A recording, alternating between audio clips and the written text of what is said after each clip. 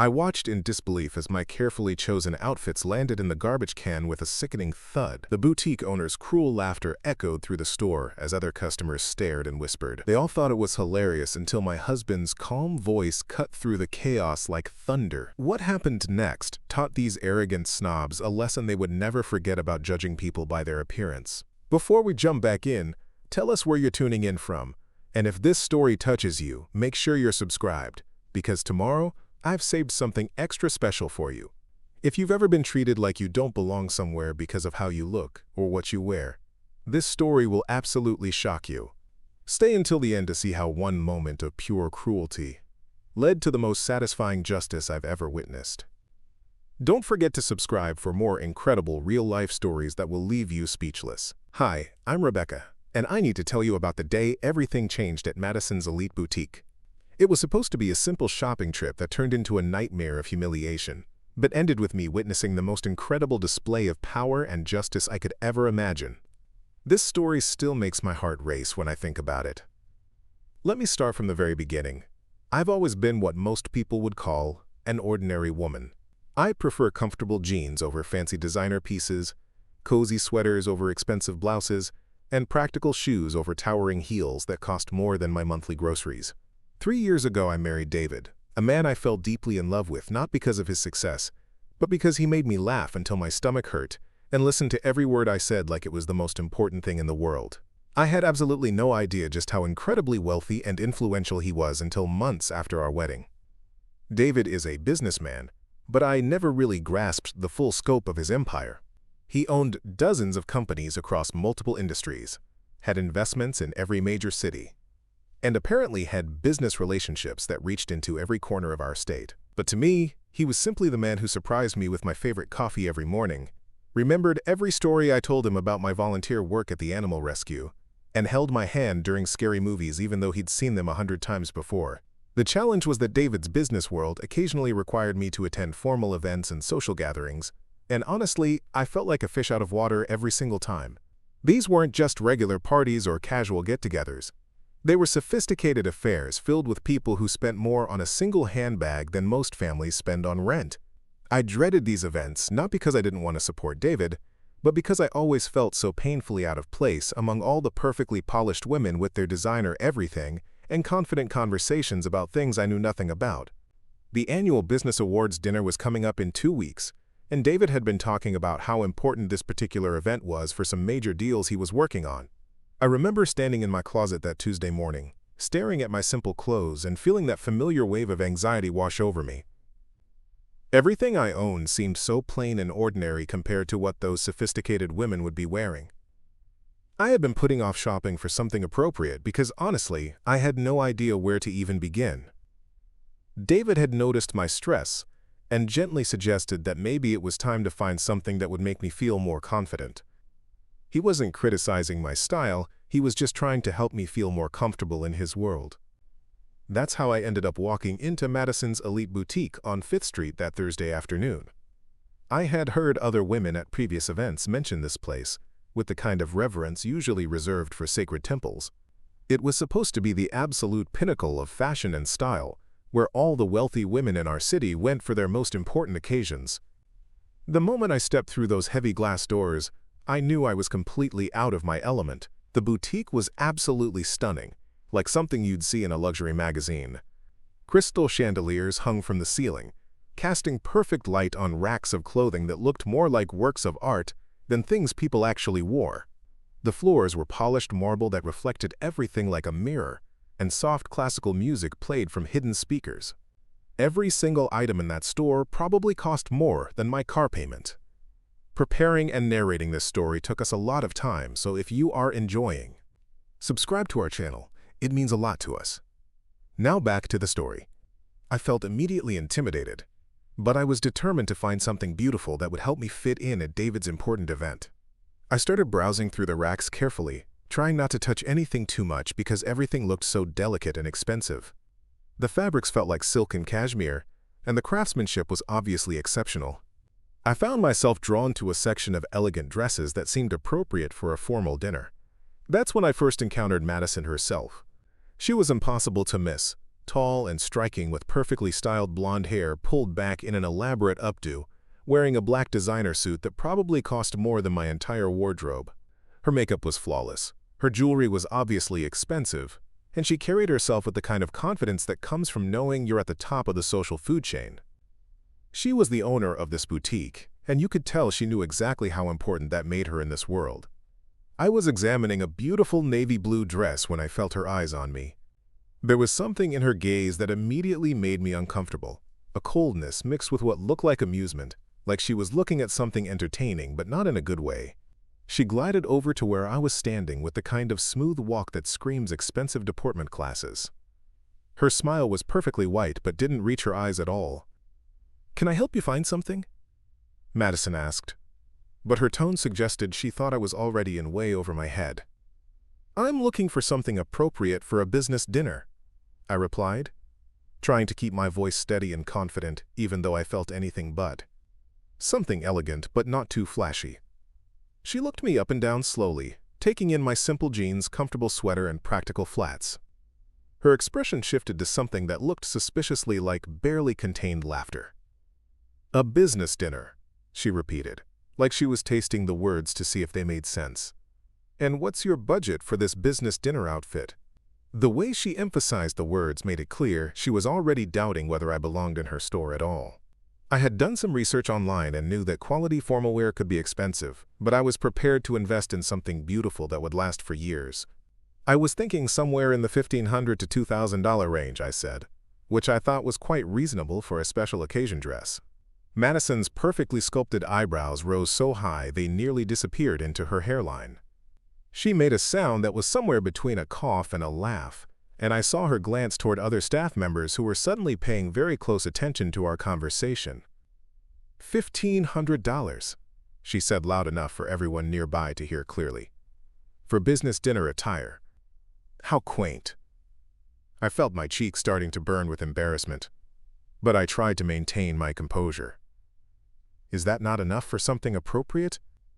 I asked, genuinely confused because I thought that was actually quite a lot of money for a single dress. "Oh, sweetie," Madison said with fake sympathy dripping from her voice like honey, "that might get you a nice cocktail dress at a department store, but this is Madison's elite boutique. We cater to a very specific clientele, women who understand real quality and luxury." She gestured around the store with obvious pride. "Our average dress starts at about $4,000, and our evening gowns typically range from $8,000 to $15,000. We're not exactly a bargain shopping destination." I felt like I'd been slapped. $4,000 for a dress seemed absolutely insane to me, but I wasn't going to let this woman make me feel small. "I understand you have beautiful pieces," I said politely, "but surely you must have something in my price range that would be appropriate for the occasion." Madison's smile became even more condescending. "Let me explain something to you, dear. This boutique has a reputation to maintain. We've dressed senators, wives, celebrities, business moguls, partners, women who matter in this city. Every piece that leaves this store reflects on our brand and our standards." She paused dramatically, looking me over again with obvious disdain. "We simply cannot have our clothing worn by someone who doesn't understand or appreciate what true luxury represents." The other customers in the store had stopped pretending they weren't listening and were now openly staring at our conversation. I could see phones being discreetly raised to record what was clearly becoming some kind of spectacle. A few well-dressed women had gathered near the jewelry display, whispering to each other while watching me with expressions that ranged from pity to amusement. "I think there's been a misunderstanding," I said, trying one more time to salvage this situation with dignity. "I'm not looking for bargains or discounts. I just want something beautiful and appropriate for an important event. I'm willing to work within whatever budget makes sense for the right piece." Madison laughed then, a sound that was sharp and cutting and designed to humiliate. "Oh, honey, this is precious. You think this is about finding the right budget?" She turned to address the growing crowd of onlookers. "Ladies, we have someone here who thinks she can just walk into Madison's elite boutique and find something appropriate for her little business dinner." The emphasis she put on those words made it clear she thought both my event and my presence in her store were jokes. "The thing is," Madison continued, her voice getting louder and more theatrical, "some people simply don't belong in certain places. It's not personal, it's just reality. This store is for women of distinction, women who move in exclusive circles, women who understand what real class looks like. She gestured at my outfit dismissively. Not for someone who shows up in grocery store clothes thinking they can somehow transform themselves into something they're not. The humiliation was overwhelming, but underneath it I felt anger starting to build.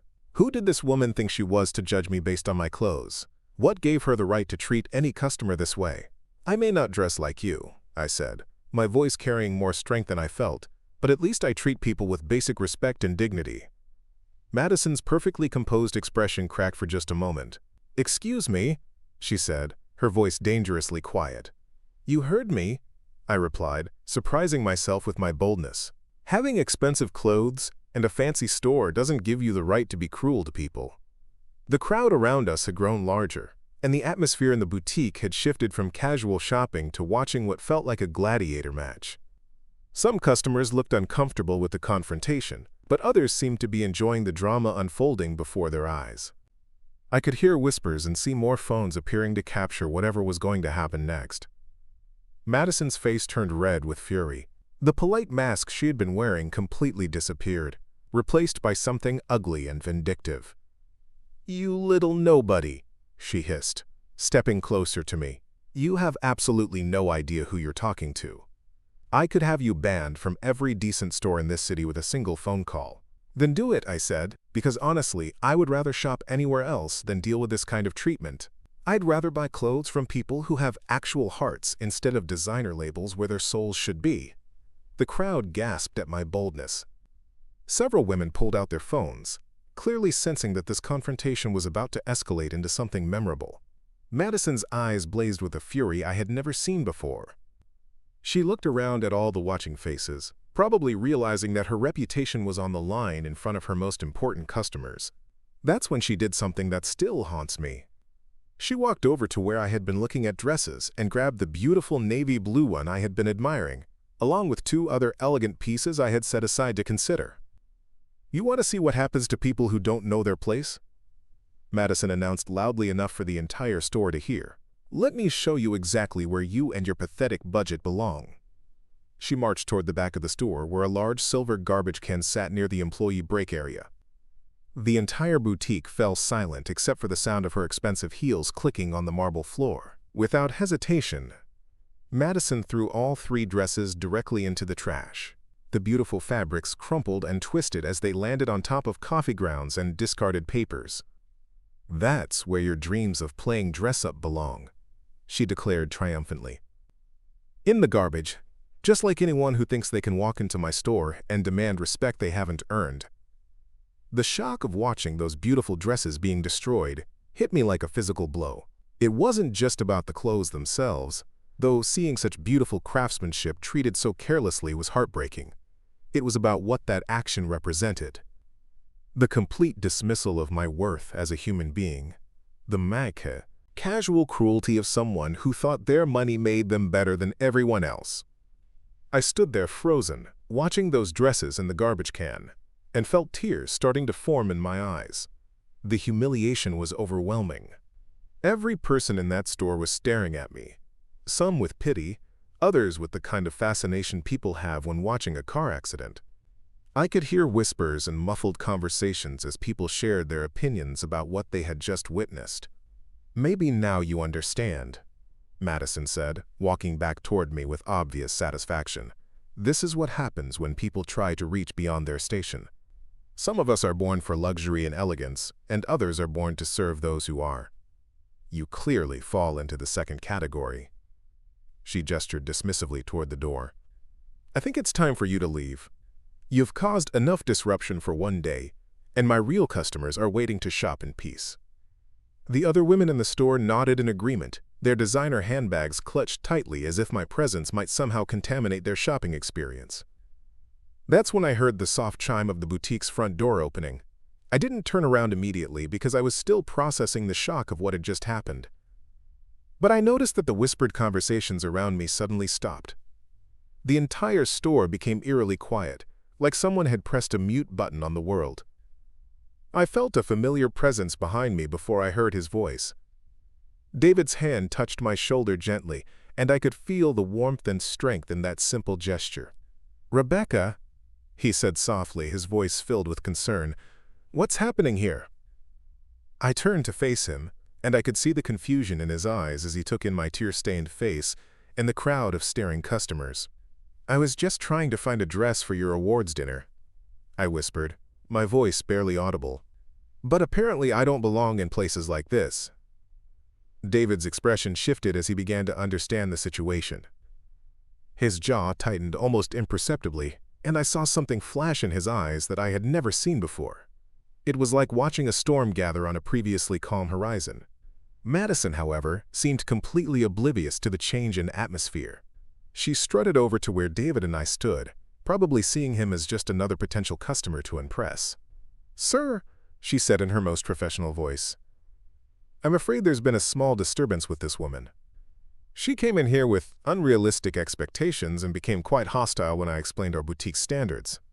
David listened to her explanation with perfect politeness, nodding at appropriate moments and maintaining a calm expression. "I see," he said when Madison finished her obviously biased version of events.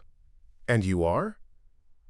"Madison Winters," she replied proudly, extending her perfectly manicured hand. "I'm the owner of Madison's Elite Boutique. We've been serving the city's most distinguished clientele for over 15 years. "Ah," David said, accepting her handshake with a smile that didn't quite reach his eyes. "And you felt it was appropriate to treat my wife this way because she didn't meet your standards?" Madison's confident expression faltered slightly. "Your wife?" she repeated, clearly not having expected this development.